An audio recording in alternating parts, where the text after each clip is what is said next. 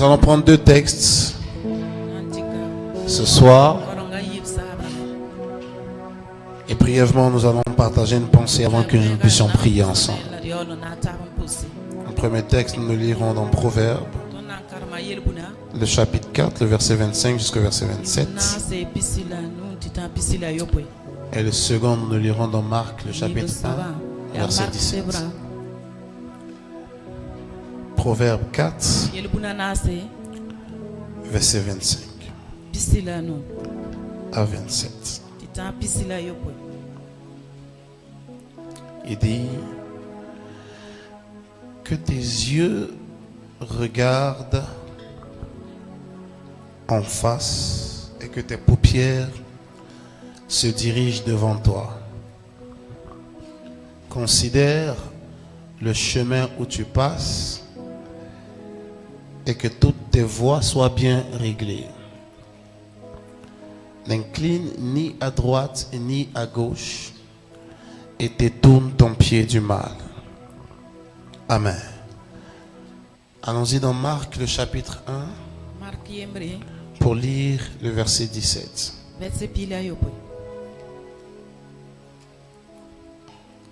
Marc le chapitre 1, le verset 17.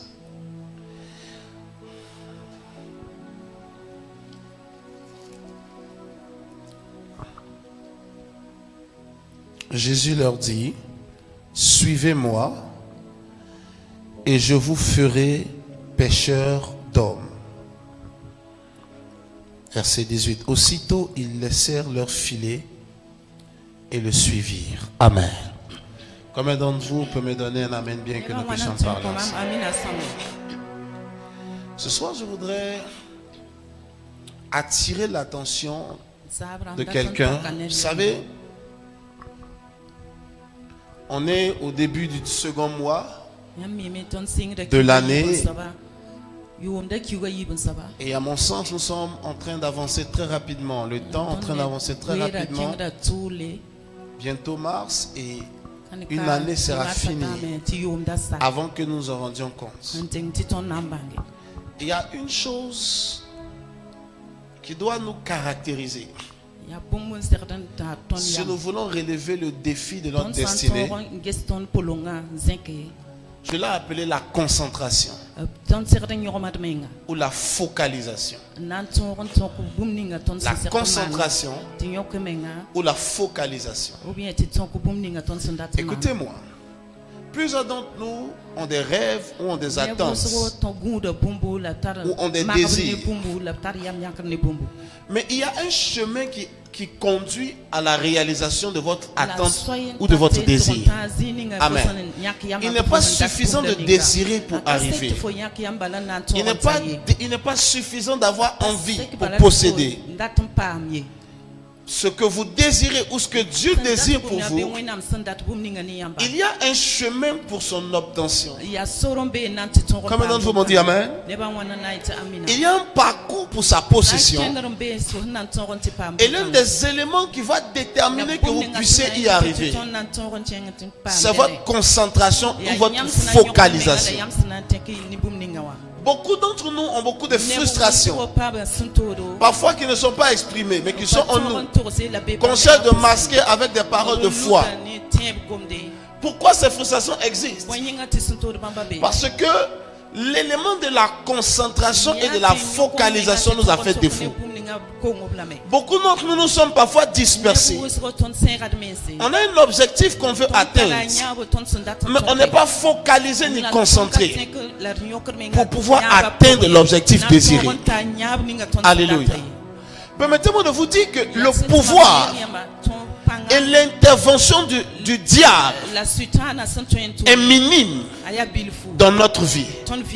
La plupart des choses qui justifient que notre destinée soit en retard, ce n'est pas les attaques de la sorcellerie, ce n'est pas les œuvres du diable, c'est l'absence de notre focalisation et de notre concentration. Qui m'a dit Amen? Jésus arrive, dites-moi Amen, je vais vous prêcher ce soir. Jésus arrive quelque part, il trouve des pécheurs. Leur fonction, c'est d'aller en mer ou d'aller sur les étendues d'eau et de pouvoir aller en quête de poissons. Et la plupart de ces hommes avaient un statut social assez bas. C'était des gens qui étaient illettrés. C'était des gens qui n'avaient pas fait d'études et qui avaient un travail alimentaire. Ça veut dire qu'on part pour prendre le poisson juste pour la nourriture d'aujourd'hui. La pêche d'aujourd'hui, c'est pour subvenir aux besoins d'aujourd'hui. La pêche de demain, c'est pour subvenir aux besoins de demain. Voici la limitation dans laquelle ces hommes étaient. Jésus arrive à eux, il est toujours dans cette condition. Et il dit, suivez-moi et je vous ferai pêcheurs d'hommes.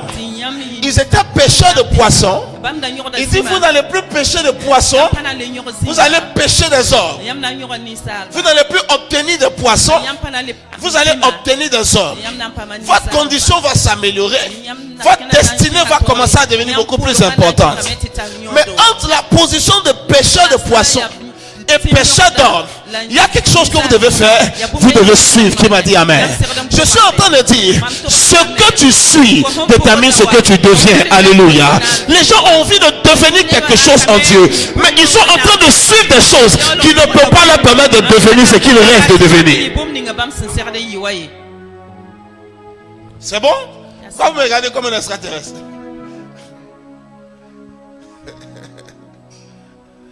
Il dit, vous deviendrez si vous suivez. La condition pour devenir, c'est de suivre. Mais le mot suivre a plusieurs définitions. L'une des définitions qui sera peut-être assez interpellatrice pour toi et pour moi, c'est dans le cadre scolaire ou universitaire. On dit d'un élève assidu qu'il suit en classe. You know. On dit d'un élève qui réussit qu'il suit en classe. Donc ça veut dire que suivre, c'est donner de l'attention. C'est se concentrer, qui m'a dit amen. C'est se focaliser, alléluia.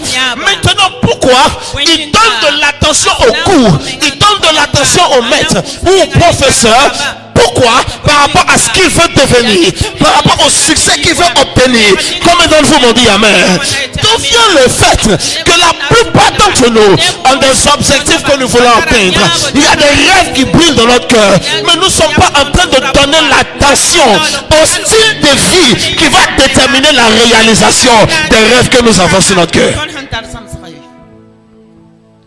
Alors que ces derniers jours, j'étais en train de méditer.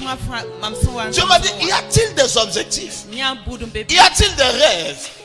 Y a-t-il des promesses qui sont sur votre vie? Y a-t-il des paroles que Dieu a dit concernant votre vie?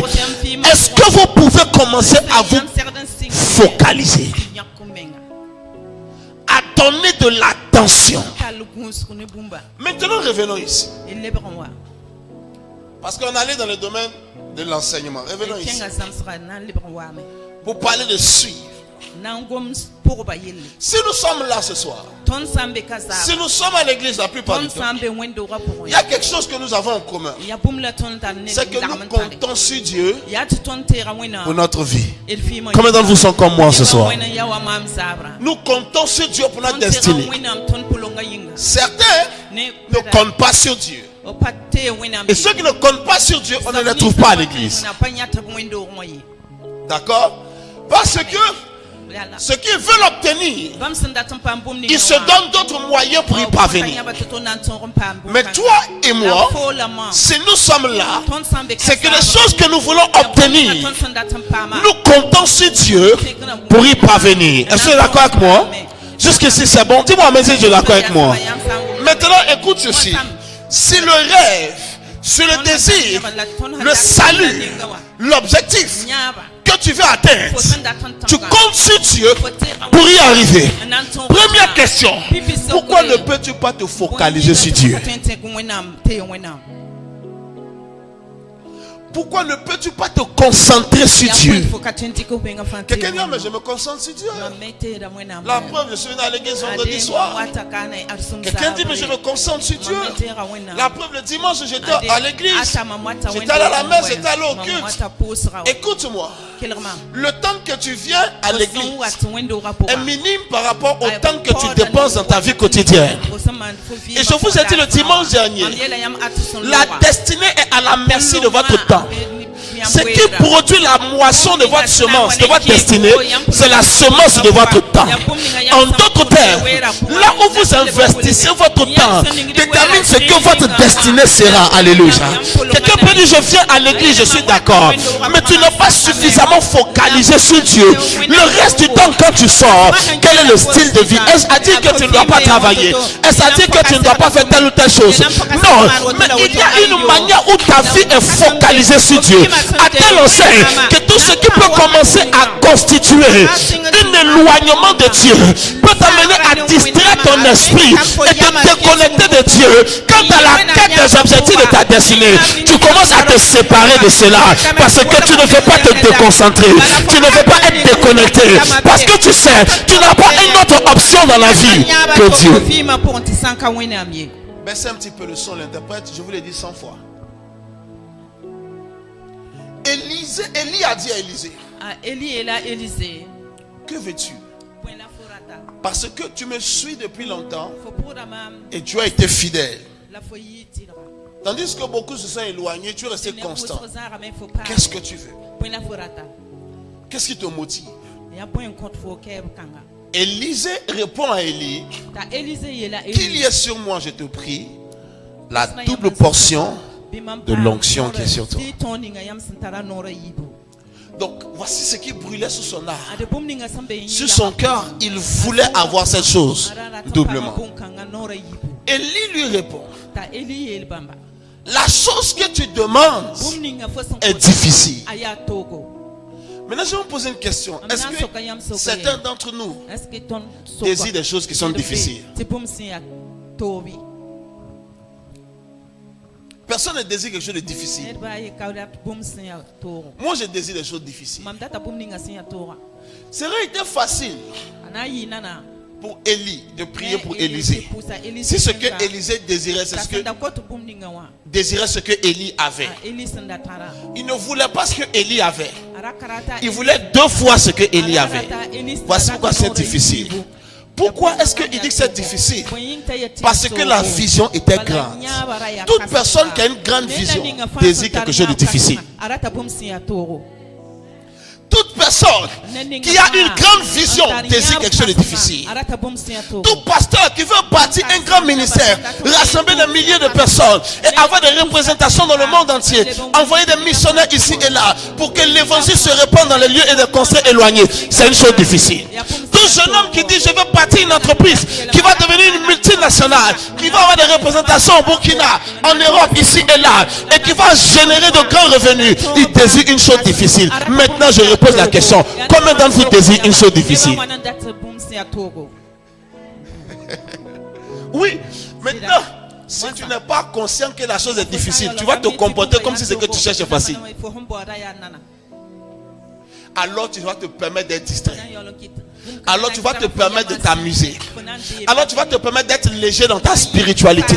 Alors tu vas te permettre d'être vacillant dans ta connexion avec Dieu. Parce que tu n'es pas conscient que le genre de choses que tu veux, ça exige plus de discipline que ce que tu es en train de manifester aujourd'hui.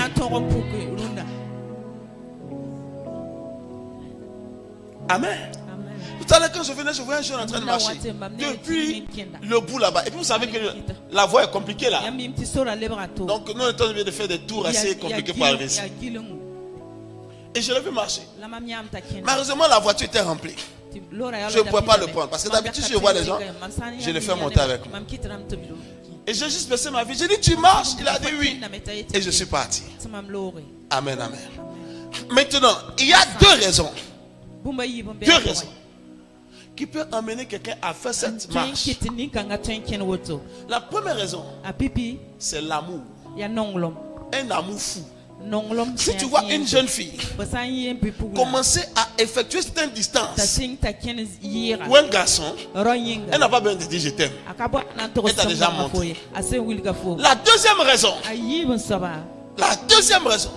c'est que tu as convaincu que ce qu'il te faut est là où tu vas.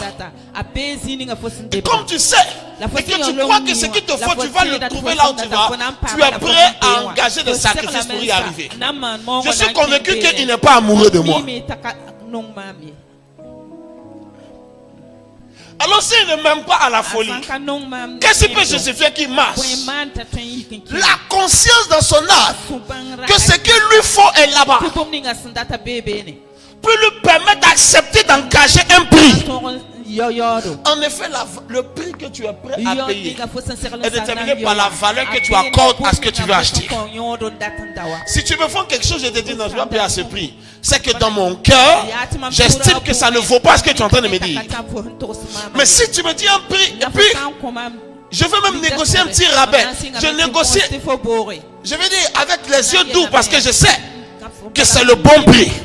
Je veux voir si je peux m'en sortir avec un petit quelque chose en plus. Sinon, je sais que je vais payer ça. Parce que mon esprit admet que ça vaut le prix que tu es en train de me vendre.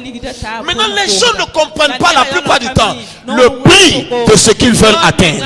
Tout le monde veut atteindre la grandeur, mais les gens ne comprennent pas le prix que ça demande. Tout le monde veut atteindre. Se marier, c'est facile. Bien se marier, c'est une chose difficile. Travailler, c'est facile. Bâtir une grande entreprise, c'est une chose difficile. Faire le ministère, c'est facile. Faire un grand ministère, c'est une chose difficile. Et si la chose que tu demandes est difficile, tu dois prêt à payer le prix. Et l'un des prix que tu dois payer, c'est le prix de la discipline pour te focaliser. C'est parce que tu n'es pas conscient que le prix du changement que tu désires est grand, que tu ronfles la nuit alors que tu devais te lever pour prier.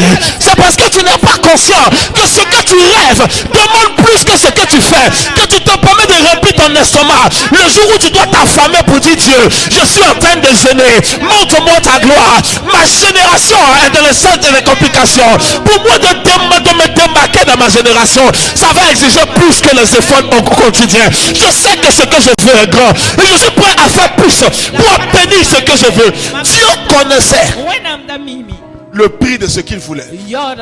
Qu'est-ce que Dieu voulait? Il voulait les hommes. Il voulait le salut des âmes. Il voulait que le monde perdu soit sauvé. Alors Dieu a calibré le prix.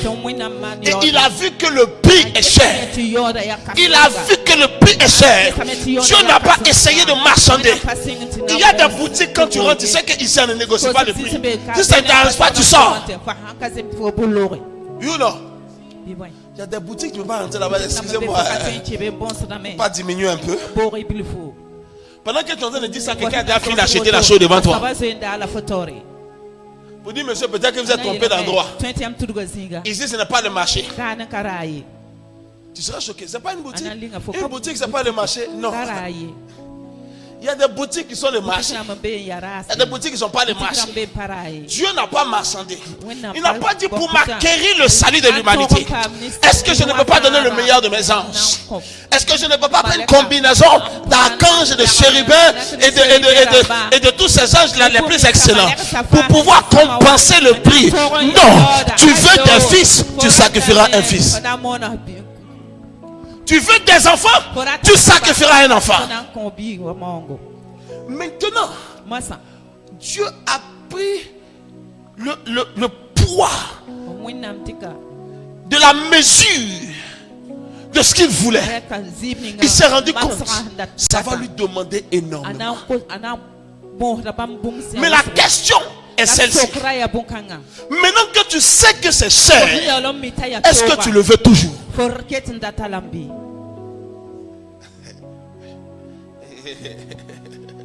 Je te réponds cette question. Maintenant que tu sais, ce n'est pas cheap, c'est cher. Est-ce que tu le veux toujours? Si tu me dis oui, la seconde question est celle-ci. Es-tu prêt à payer le prix? Si tu me dis oui, je vais prier avec toi ce soir. La grâce pour être discipliné et pour être focalisé dans la consécration, dans le travail et dans la recherche de Dieu.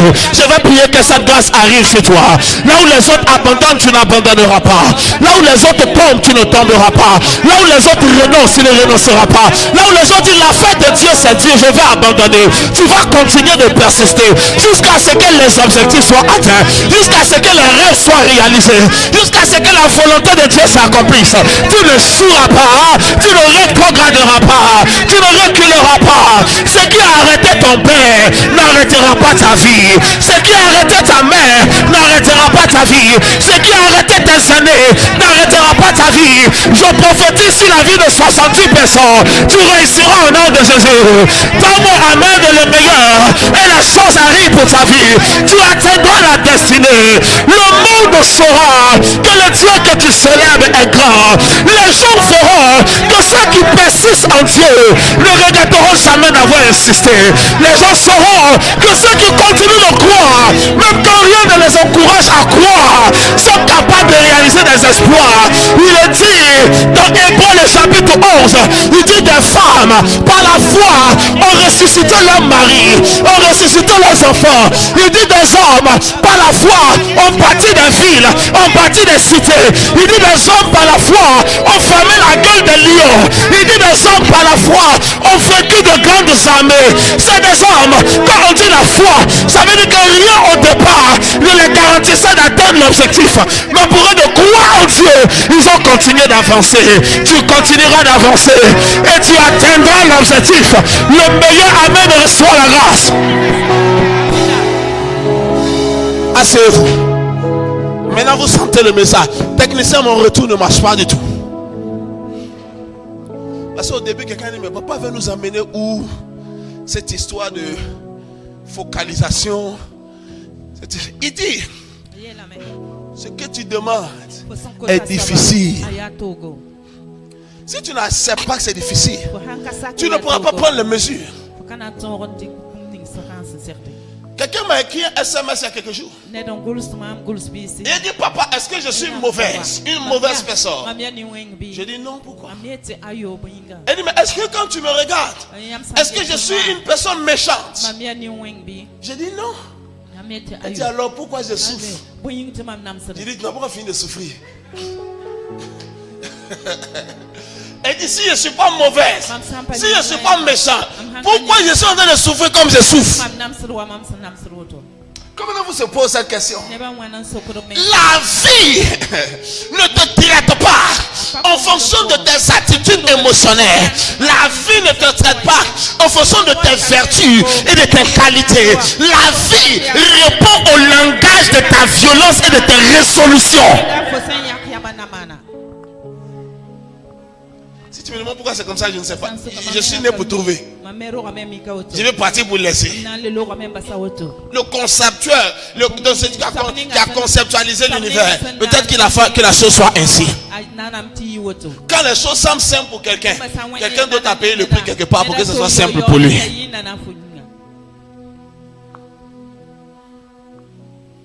Si les herbes poussent, tant qu'elles ne sont utiles à personne, elles n'auront pas de valeur.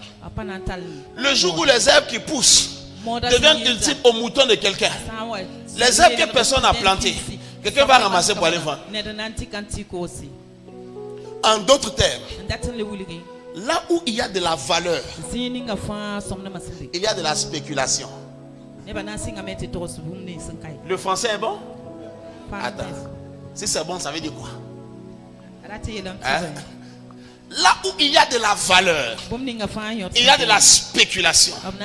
Ça veut dire que quand quelque chose est précieux, ou bien est en voie de devenir précieux, automatiquement, ça commence à attirer l'attention des gens. Et quand ça commence à attirer l'attention des gens, les gens vont commencer à spéculer. Ça veut dire que les prix vont commencer à flamber, les gens vont commencer à parler.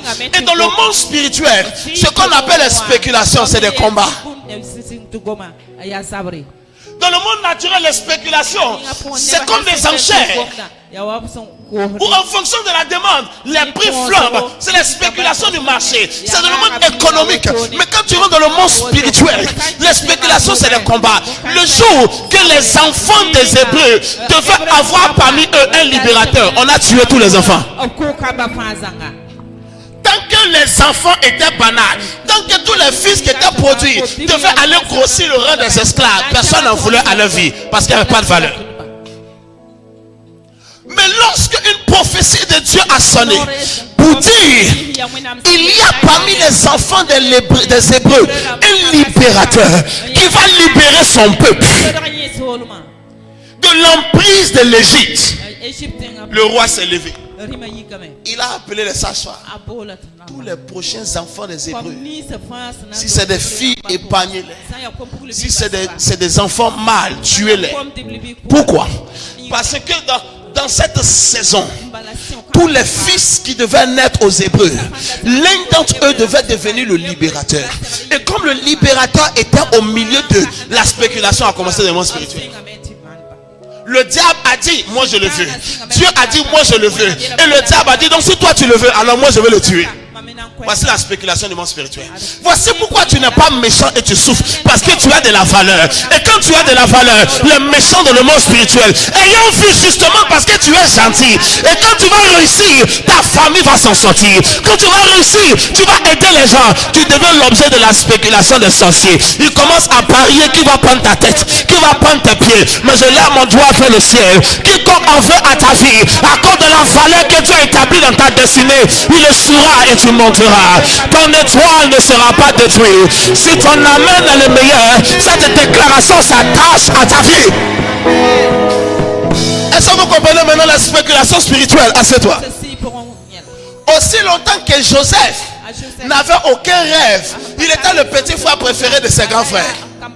Mais le jour où quand il allait dormir, il a vu la lune, le soleil et 10 étoiles s'incliner devant lui. Il allait rapporter à son père. Le jour où il a vu dans le champ les gerbes liées, 11 d'entre eux se sont inclinés devant lui. Il allait dire à son père, les gens disent, petit frère, nous on t'aimait quand tu étais juste le petit frère. Maintenant, si tu dois devenir celui devant qui nous allons nous incliner, maintenant tu vas souffrir.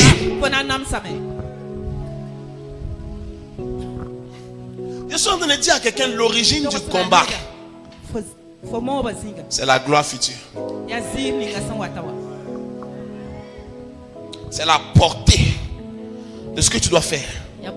Et si tu ne réagis pas, on va venir t'enlever les choses. Et tu vois qu'il te cherche pour pleurer. Pourquoi? J'ai découvert, mes amis, Dieu ne répond jamais au pourquoi. Jusqu'à ce que tu comprennes que lorsqu'il y a de la contention spirituelle par rapport à ce que tu es en train de bâtir, ou à ce que tu as bâti, ou à ce que tu dois bâtir, qui doit devenir quelque chose de précieux pour ta génération, il y a des adversités qui vont s'élever uniquement à cause de ce que tu es en train de générer va apporter. Et si tu dis, oh non, Dieu ne pourra pas permettre, je suis quand même la princesse de Dieu, Dieu ne pourra pas permettre, je suis quand même le prince de l'Éternel, tu seras choqué. On a coupé la tête de Jacques pendant que l'église disait, Dieu ne permettra pas qu'on tue son serviteur. On a coupé sa tête. Quand ils ont maintenant attrapé Pierre, ils ont dit, attention, si on ne réagit pas, Pierre va mourir. Parce qu'on a assumé, on a supposé que comme il est l'homme de Dieu, aucun mal ne lui arriverait. Mais voici, on l'a tué. Le second était attrapé. Il faut que nous réagissions. Ils ont commencé à se focaliser parce qu'ils savaient que quelque chose de cher devait être acquis. Je suis venu dire à quelqu'un, écoute-moi, février est fini.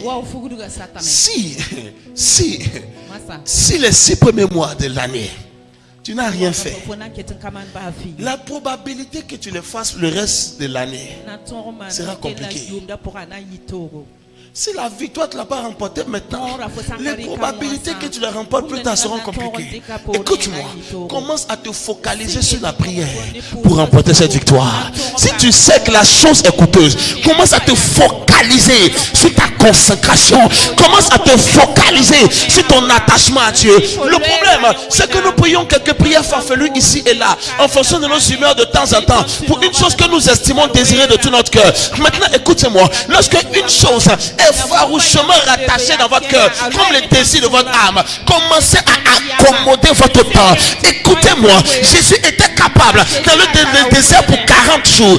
Il devait sauver le monde, mais le fait d'être né sur la terre n'était pas suffisant pour le salut de l'humanité. La naissance de Jésus n'était pas le salut du monde. C'est sa mort et sa résurrection qui étaient le salut du monde. Mais sa mort et sa résurrection devaient se faire dans un certain contexte et un certain environnement. Or, quand vous suivez son ministère, plusieurs fois on a voulu le tuer, mais pas sur la croix. Plusieurs fois on l'a mis dans un coin, prendre des pierres pour le lapider, mais ils n'ont pas pu. Avez-vous remarqué ça? Ils n'ont pas pu le tuer. Plusieurs fois ils ont comploté, mais ils n'ont pas pu l'atteindre. Parce que maintenant, écoutez-moi, le projet de le terminer avant son temps était établi.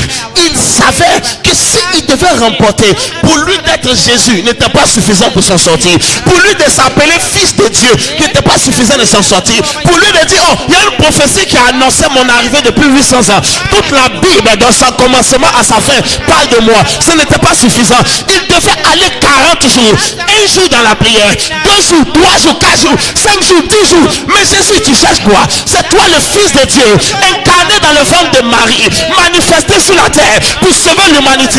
Pourquoi toi tu jeûnes? N'es-tu pas la parole faite chair? N'es-tu pas le verbe devenu chair? Où est pour toi la nécessité de prier? Où est pour toi la nécessité de jeûner? Fils, je dois jeûner parce que même si je suis Jésus, je suis sur la juridiction de la terre. Oh, la terre a été livrée au diable. Si je ne me lève pas pour me focaliser sur ma bataille, il va me détruire avant mon temps. Voici pourquoi je veux prier. Voici pourquoi je veux sonner. Je veux me concentrer sur ma mission. Je veux me concentrer sur mon appel. Je suis Dieu sur la terre, mais sur la terre, j'opère dans l'humanité. Et tant que je suis dans la dimension de l'humain, j'ai besoin du secours du divin.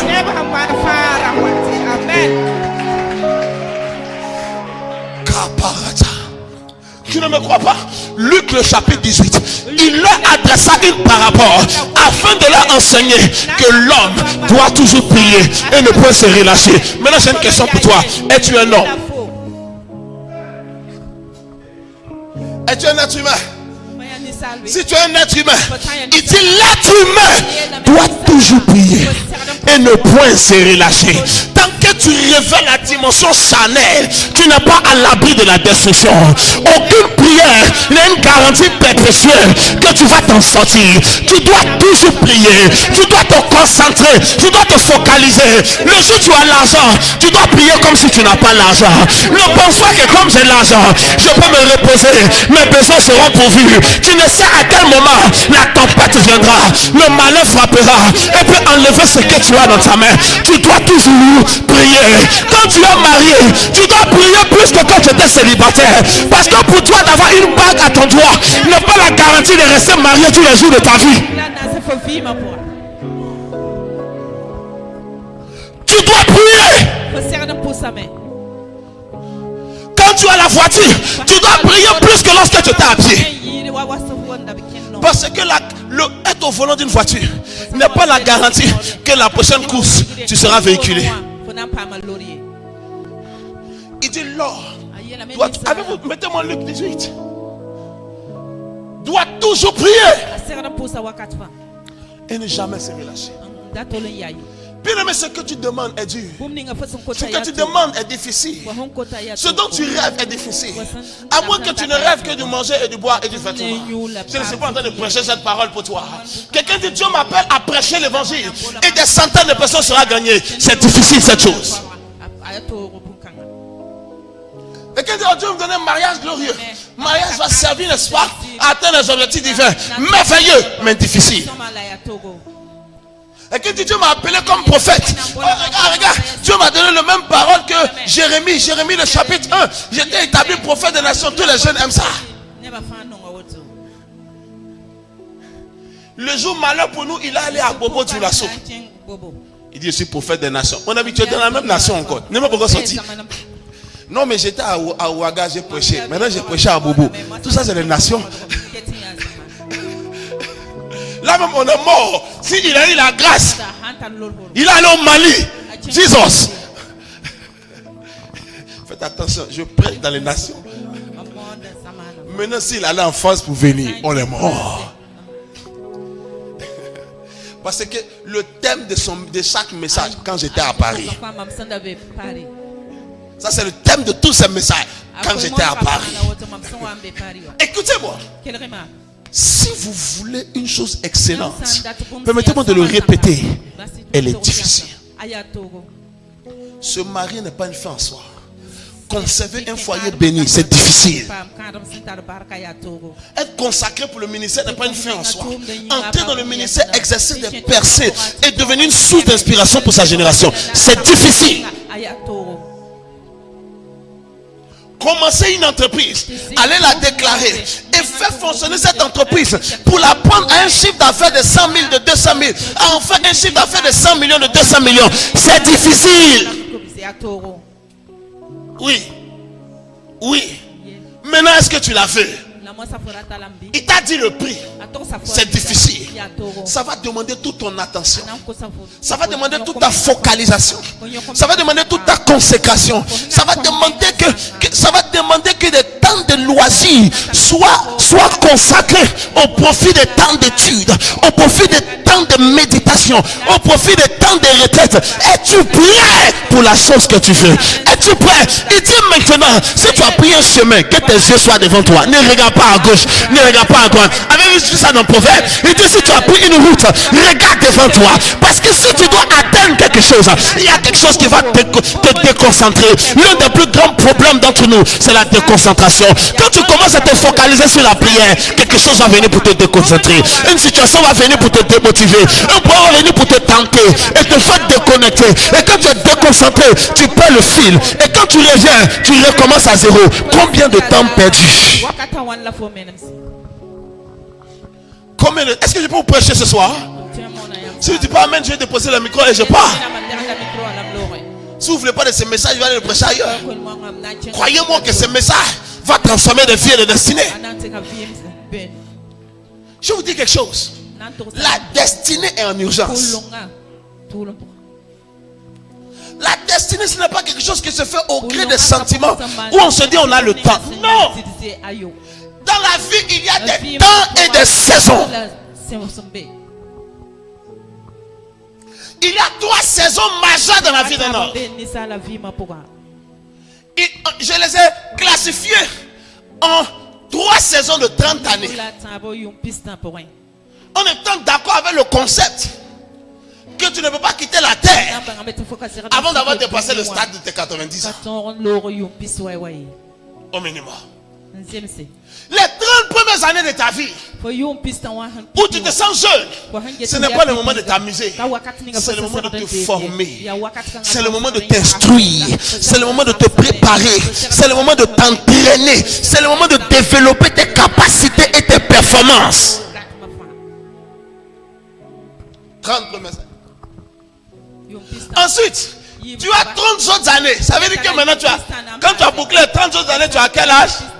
60. Les 32e année, c'est le moment où tu es en train de bâtir, où tu es en train d'ériger, où tu es en train de créer de l'espace, où tu es en train de sécuriser les investissements, où tu es en train de pouvoir générer de la productivité.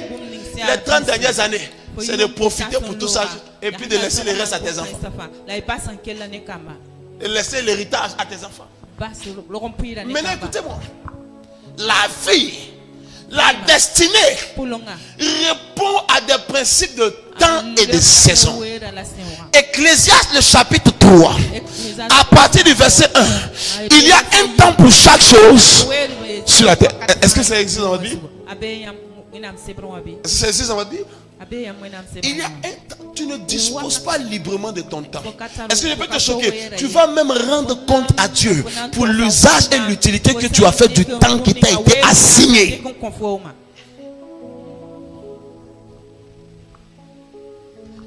destinée et en urgence. Sors de cette conceptualité, cette mentalité de te dire, oh j'ai le temps. Tu n'as pas le temps. La Bible dit malheur à la terre. Car Satan est tombé vers vous, animé d'une grande colère, sachant qu'il lui reste peu de temps. Oh mon ami, Satan vit avant toi. Il est probable que quand tu quittes sur la terre, il sera encore vivant. C'est un esprit. Mais lui dit, il lui reste peu de temps. Et cependant, ce peu de temps pourrait être apparenté à l'éternité. Mais il dit qu'il lui reste peu de temps. Et il se concentre pour agir. Les chrétiens pensent qu'ils ont le temps. Beaucoup d'enfants de Dieu pensent qu'ils ont le temps. Tu es en train de vieillir, mais tu penses que tu as le temps. Ta famille est en train de mourir sans aller au ciel, mais tu penses que tu as le temps. Même tes enfants grandissent, ils ne connaissent pas Dieu, mais tu penses que tu as le temps. Ton quartier est en train de mourir loin du Seigneur, mais tu penses que tu as le temps. Même dans l'église, tu n'arrives pas à faire de l'impact, mais tu penses que tu as le temps. C'est une erreur. Tu ne me crois pas. Tu ne me crois pas. C'est une erreur. Mark Zuckerberg, ton petit frère, il est parmi les 5 milliards. C'est ton petit frère où? Ton petit frère. La dernière fois, je lisais Jeff Bezos, le patron d'Amazon. Il a gagné 15 millions de dollars en 3 minutes. Et dit non, on a le temps, tu sais, l'affaire de Dieu c'est un peu. Alors bon, tu sais, même Dieu pardonne le péché, on a le temps, tu sais, on a le temps. Jeune fille, tu n'as pas le temps. Le jour où tu te rendras compte, ce sera probablement trop tard.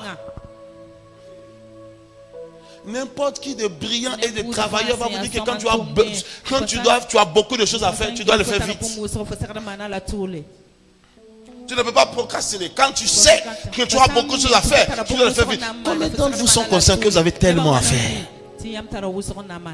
Si tu comprends cela, il va devenir naturel pour toi de réduire le temps d'aller bavarder, d'aller causer et augmenter le temps d'aller t'enfermer dans cette pièce pour prier, pour travailler, pour ouvrir un calepin, pour noter des projets, pour noter des stratégies d'action.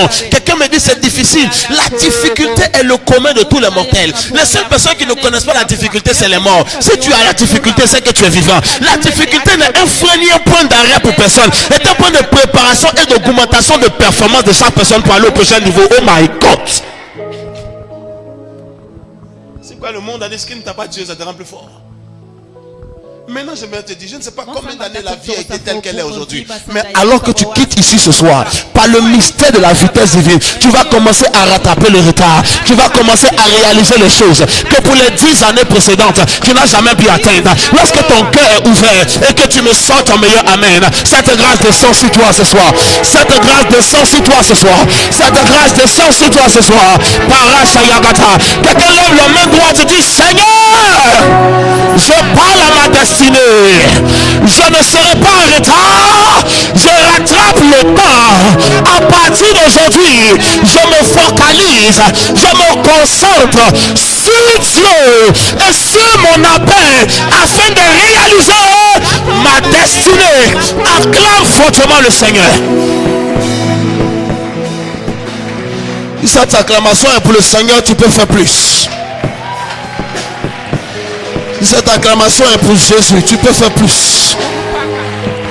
Tu peux faire plus, tu peux faire plus. Alors que tu l'acclames, il y a une grâce qui descend. Alors que tu l'acclames, il y a une grâce qui descend. Alors que tu l'acclames, il y a une grâce qui descend. Alors que tu l'acclames, il y a une grâce qui descend. Assieds-toi. J'aimerais terminer ce message. À la grâce du Seigneur. Et si Dieu nous permet, dimanche matin, on va peut-être essayer de poursuivre un petit peu. Il doit avoir une rage dans ton cœur. Il doit avoir une rage dans ton cœur. Je vais me focaliser. Comment ça, je sais cette chanson qui dit je veux m'enraciner en toi. Je veux commencer. Un jour, l'apôtre Paul, vous savez, il n'a pas eu le privilège de marcher avec Jésus au moment où il était dans la chair. Il n'a pas eu le privilège de manger avec Jésus comme la plupart des apôtres avaient eu. il a apparu plus tard dans le ministère. Il est venu plus tard dans son appel. Ça a pris du temps. Donc il n'avait pas eu la grâce d'avoir ce partage-là physique avec Jésus. Cependant, il y avait vraiment une grande soif dans son âme de le connaître davantage. Mais les autres avaient eu le privilège de pouvoir lui poser des questions parce qu'il était là. Vous pouvez lui dire, maître, qu'est-ce que ça veut dire? Vous pouvez lui dire, Seigneur, mais ici, je n'ai pas compris. Mais lui, il n'a jamais eu cette possibilité. Cependant, il voulait le connaître. Cependant, il voulait plus en termes de révélation, en termes d'accès à la connaissance de Dieu. Alors qu'est-ce qu'il a commencé à faire? Ayant déterminé et compris que ce qu'il désirait était coûteux, il a pris l'engagement d'aller à la quête de Dieu. Et cet engagement, cet objectif, comme il était clair dans son cœur, il voulait saisir la connaissance de Dieu. Il a renoncé à la vie qu'il avait. Il a renoncé à la vie qu'il avait. Je veux dire, une vie de privilège, il a renoncé. Une vie d'honneur, il a renoncé. Pas que ces choses soient mauvaises, mais dans son élan et dans son engagement, à son temps et dans sa saison, il était impératif pour lui de se séparer de ces choses. Il était un célèbre pharisien. Il était zélé dans l'œuvre de la persécution. Vous savez, il avait un certain statut, même universitaire. Il s'est séparé de toutes ces choses. Il dit, j'ai considéré toutes ces choses comme de la boue à cause de l'excellence de la connaissance de Christ. Amen. Et plus tard, il est allé dans un endroit qu'on appelle le désert d'Arabie. Et il est resté dans ce désert pour combien de temps? Pour 2 ans. Il est resté dans le désert pour 2 ans sans avoir aucune interaction avec un être humain pour dire je veux te connaître. Je vais saisir l'excellence de ta connaissance. Il savait que ce qu'il désirait devait commander toute son attention. Certains d'entre nous, on trouve qu'on n'a pas le temps. Quand on dit réunion de prière, tu n'as pas le temps. Quand on dit jeûne, tu n'as pas le temps. Écoute-moi.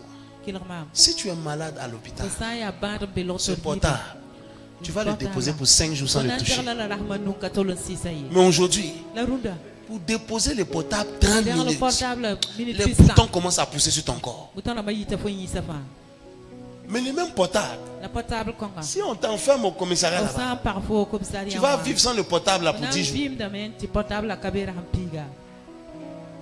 C'est faux? Oui. On a l'impression que on ne peut pas se séparer de ces choses. À un moment donné, quelqu'un doit déterminer assez de concentration sur son objectif en Dieu pour pouvoir de moments, parfois de façon saisonnière, prendre des actions drastiques afin de créer un mouvement de la révélation de Dieu dans sa vie, dans cette saison, pour changer de cap. Jusqu'à la prochaine saison où on doit encore passer à un autre niveau et on commence à prendre des dispositions drastiques pour changer de niveau. Mais pour aller d'une saison à une autre, ce qui est ordinaire ne peut pas produire de résultats. Un homme doit comprendre que pour cet objectif, je vais devoir me focaliser. Je vais devoir me donner à fond. Est-ce que vous comprenez? Mon objectif, c'est ça ce soir. Ça peut être difficile. C'est même pour nous la volonté de Dieu. Mais un homme doit commencer à se concentrer. Sur ta spiritualité, commence à te focaliser. Sur ton travail, sur ton appel, commence à te focaliser. Sur ta prière, commence à amplifier dans cette saison afin de générer un mouvement de Dieu pour transformer ta condition et de faire de toi un témoignage pour ta génération. Tiens-toi debout avec moi, nous allons prier.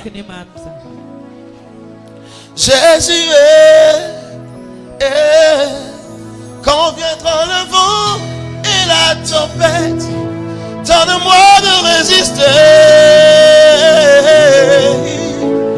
veux m'enraciner en toi.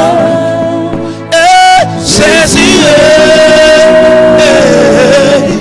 quand viendront le vent et la tempête, donne-moi de résister. Je veux m'enraciner en toi. Dis-le avec moi. Jésus, viendront le vent et la tempête, donne-moi de résister. Je veux m'enraciner en toi. Oh Jésus, quand viendront le vent et la tempête, donne-moi de résister. Je veux m'enraciner en toi. Oh Jésus,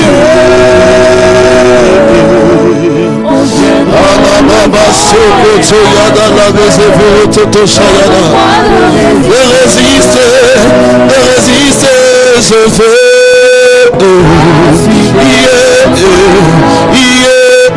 Jésus, le vent, donne-moi de résister. J'aimerais que tu pries pour les 30 prochaines secondes. Je veux me focaliser. Tout ce qui me distrait, tout ce qui me perturbe, tout ce qui occupe mes pensées et mon cœur, qui cependant m'éloigne de l'objectif en toi fixé. Père, je veux me débrouiller, je veux me détacher, je veux me séparer et me focaliser sur mon appel et sur ma marche avec toi en vue de ma destinée. Élève cette voix, commence à prier maintenant.